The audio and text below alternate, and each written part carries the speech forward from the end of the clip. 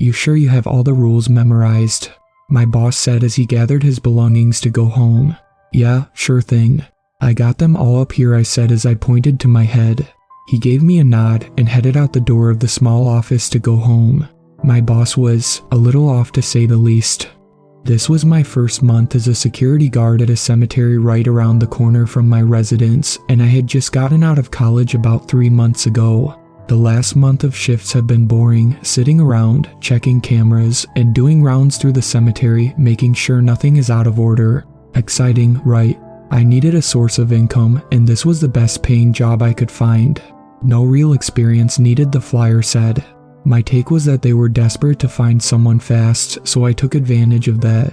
I was hired the day that I found the flyer over the phone. I never even found out the guy's name. Once I came in on my first day, my boss gave me no training, no do's and don'ts, just a verbal list of 9 rules I had to follow and memorize before Halloween night. "These rules are to be followed only on Halloween night," he said. "You must follow these rules to the exact way they are told to you.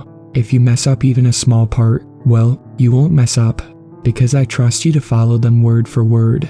I looked at him, confused because this sounded almost like a threat. Nevertheless, I pulled out my phone and started an audio recording so he could record the list. Once he finished telling me the rules, I was in absolute disbelief. This guy is insane. No wonder why no one wants to work here. This guy is actually insane. I thought to myself, I know every place has certain rules to follow, but to designate a set of rules, insane rules, for Halloween night only, I guess you won't know how I felt until I tell you the rules that he gave me, word for word, exactly how he told me, straight from the recording. Rule number 1, on Halloween night, please arrive at 8:30 p.m. No earlier, no later. Do not walk in these doors until it reaches 8:30 for the love of God, please. Rule number 2, stay inside the office until 9:15. Do not leave, keep yourself occupied, but do not check the security cameras during this time. I'll make sure to turn them off before you get there so there is no temptation to peek at them. This might be one of the most important rules. If the monitor turns on by itself, do not look either. If for some reason you look and you see it has revealed the A section of the cemetery, you must turn off the lights of the office and hide. If it reveals the B or C section and you look at it, your only option is to run. Good luck with this. To make this easier, just cover the monitor with a jacket or blanket because you will not want to see what happens out here this time on Halloween night. Rule number 3. After 9:15 strikes, you will have 30 seconds to get out of the office. Leave the door unlocked. It is possible you will pass an unnaturally tall figure with no facial features. This is not a Halloween costume, and you must tell him good evening and look him right where his eyes would be. If he doesn't respond, continue on your way to patrol the cemetery. If he says anything at all, you must stand completely still. Do not move a muscle. He might walk around you, but if you keep still until he's done, he should walk away with no problem. Go into the office and he will slam the door behind him. Rule number 4. You will make your way to Section A. Once you inspect Section A, you will realize the gravestone titled James R. Hackney is being dug up completely. This is not out of the ordinary. Do not, and I mean do not pay any attention to what is inside the 6 feet hole in the ground. You will not see the rest of your shift if you look down in that hole. Just keep walking to Section B and do not look back. Rule number 5. As soon as you cross the bridge from Section A to B, you will notice about a dozen shadow-like figures standing around in a circle around the big oak tree to the left of the bridge. Please listen closely to what I'm about to say. You must find the figure wearing the black top hat. You will walk up behind him and ask, "Am I clear?" If you hear a voice from inside your head say continue, then you can carry on to Section B. If you don't hear anything, you must wait. You can look over to the section at this time, but I recommend keeping your eyes down. Trust me, there will be no physical harm to you if you look, but I can't promise you will be emotionally intact after looking. Rule number 6. Once you get the go-ahead, continue on to Section B. You may walk around and do what you would normally do every night here. The only catch is you must stay in this section until 10. It should be 9:30 or 9:45 by now, so you won't have to wait long. After the time crosses 10, continue on.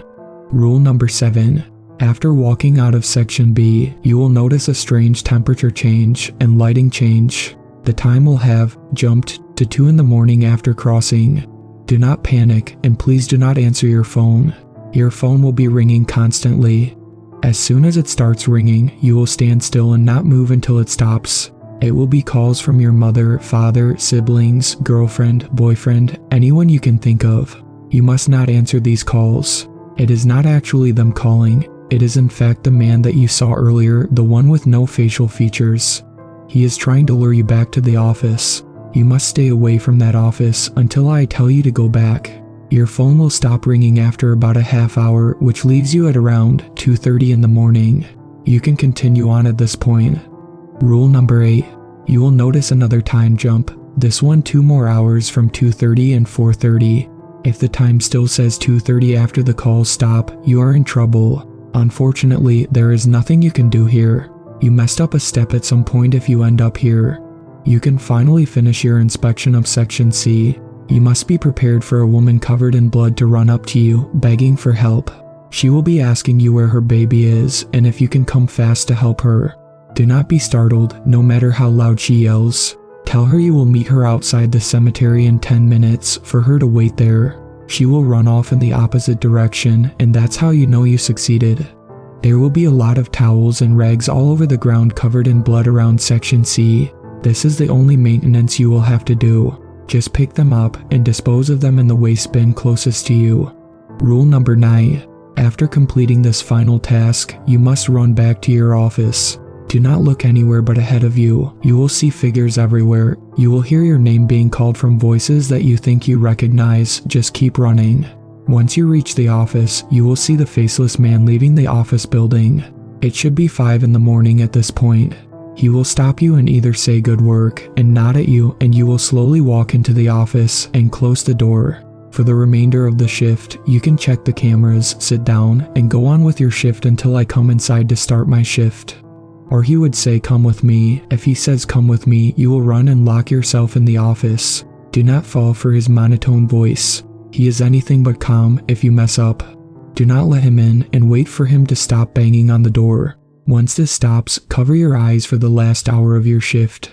Don't look around until you hear 3 knocks on the door. This will be me to relieve you of your shift. You won't be called in for a few weeks to come to terms with what you have seen, and you will be paid a handsome amount of money for your duties. Now that you have listened to the rules as well, I hope you can understand my initial suspicion and why I was so baffled. I thought this was a joke until I finished my shift. After I arrived at 8:30, my boss left and I decided I was going to just follow the rules given to me to humble him and be a good sport of the prank. I didn't check the cameras and I headed out the door. After going outside, the brisk fall air hit me as I saw a tall man walking up to me. I looked at him and he was actually faceless. It looked so real and kind of gave me the creeps. I almost forgot to tell him good evening. He looked at me, well I think he did, and continued on through the door. I shivered a little as I headed on, straight to Section A. I arrived at the entrance and I searched for James R. Hackney's grave, a grave I always saw as it was the biggest one there. To my disbelief, it was actually being dug up. I felt sick to my stomach that they would go this far to scare me, so I hurried past the grave as a wave of uneasiness came over me. This can't be real, I reassured myself as I headed across the bridge to Section B. I scanned for the oak tree, and when I finally found it, I noticed the figures my boss warned me about. I instantly spotted the one with the top hat. I unsteadily scurried over to him and asked, "Am I clear?" No answer. As I stood there, waiting for an answer that never came, I decided to look away from the man and peek over to Section B, because surely the pranksters wanted me to look since they warned me against it. I froze and felt pins and needles in my hands as I saw myself standing there in the distance. At least what looked like me, except I was taller and covered in blood.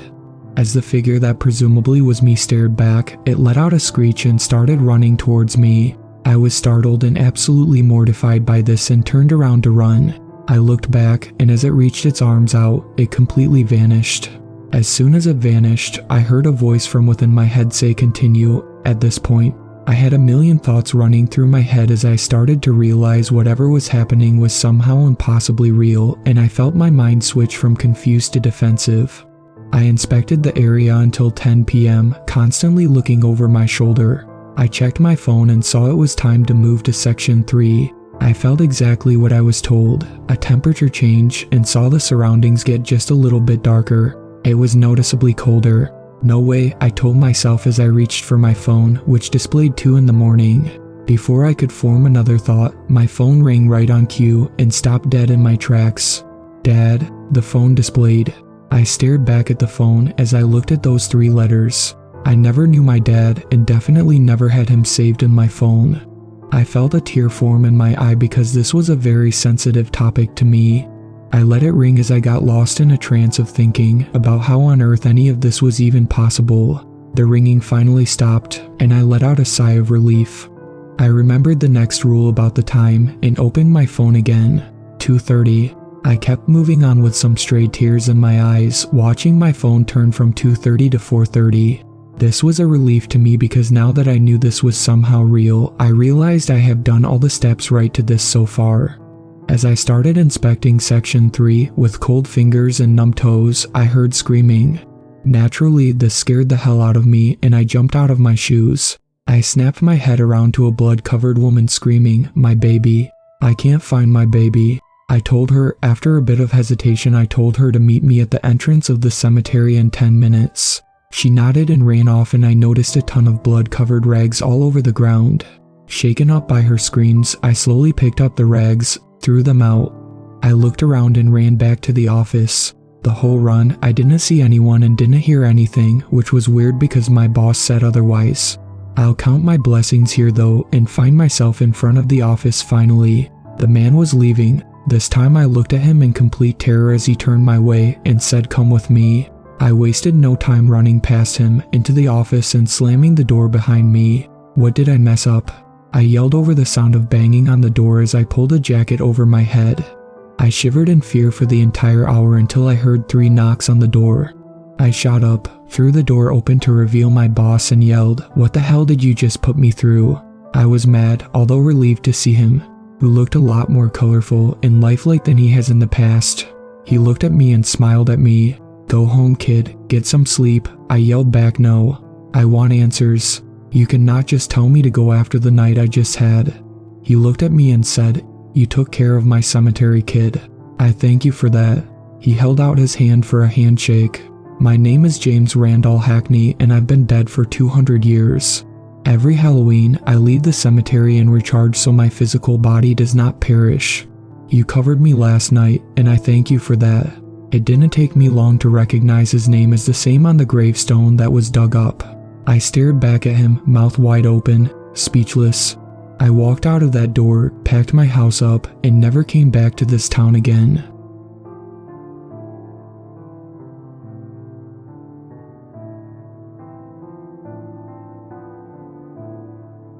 Thank you to my superfans, Sweet Black Swan, Tacey, and Brooklyn. I really appreciate you guys supporting my channel, and I look forward to making more content for everyone.